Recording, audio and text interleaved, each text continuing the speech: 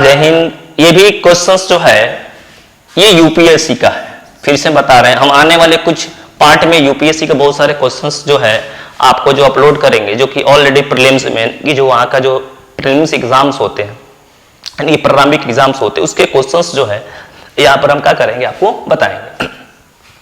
तो यहाँ पर हमारा क्वेश्चंस है, ये भी आपका प्राचीन भारत से संबंधित है कि प्राचीन भारत से जो क्वेश्चंस यूपीएससी आता है वो कैसे क्वेश्चन उठाते थे 1995-96 में। तो देखिएगा पहले सिंपल आते थे कि क्वेश्चन होता था उसके 4 ऑप्शन होते, लेकिन आजकल ऐसे क्वेश्चन नहीं आते हैं, उसके 6 ऑप्शन होते हैं, उसमें किसी का 1-2 लिखा रहता है, ये चीज देखना होता है। तो इसीलिए हम इसको बेसिक समझेंगे कि कोई भी लोग इस वीडियो को जो देख रहा है तो इसको बेसिक समझ सके कि पहले क्वेश्चन क्या था, बीच में क्वेश्चन कैसा था, और जो आपके 2025 में या 22 में जो क्वेश्चंस आए उसका पैटर्न क्या है, और भविष्य में इसका फिर क्वेश्चंस कैसे आएगा हम बहुत आसानी से अध्ययन कर लेंगे। तो जो भी लोग इस वीडियो को देख रहा है उनसे जो है रिक्वेस्ट है कि इस वीडियो को 2 काम करें। पहला काम इसे लाइक करें, और दूसरा कि जो भी लोग देख रहे हैं वो अपना नाम या जिस जगह से देख रहे हैं उसको अपना नीचे जरूर टाइप करें। लाइक करिएगा तो यही हमारा गुरु दक्षिणा हो जाएगी, ठीक है ना। तो इसके लाइक जरूर करें।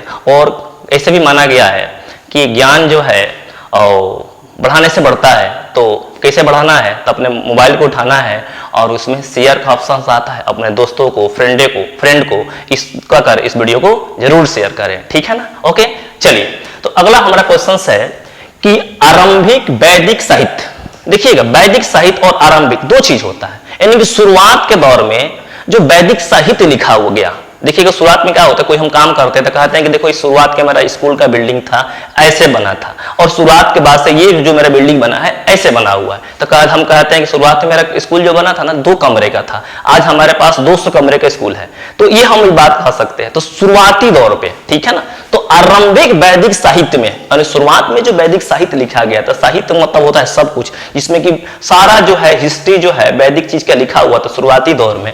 तो आरंभिक वैदिक साहित्य में जो सबसे ज्यादा उसमें नदी सूक्त यानी कि नदी के बारे में वर्णित किया गया है कि नदी क्या करती है, कैसे होगी, नदी के बारे में पूरा डिटेल्स जो लिख रखा है, उसमें सबसे ज्यादा कौन सा नदी को सबसे सर्वाधिका किया गया है, लिखा गया है। 4 ऑप्शन आए हैं, सिंधु, शुतुरदंडी, सरस्वती और गंगा।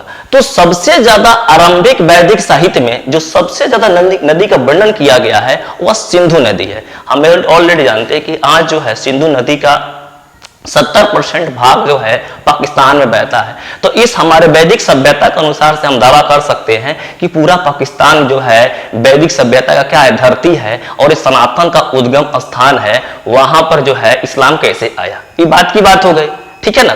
तो यहाँ पर हम लोग जो है इस चीज को समझेंगे कि सबसे ज्यादा जो है आरंभिक वैदिक साहित्य में सर्वाधिक वर्णित नदी जो है आपका सिंधु है।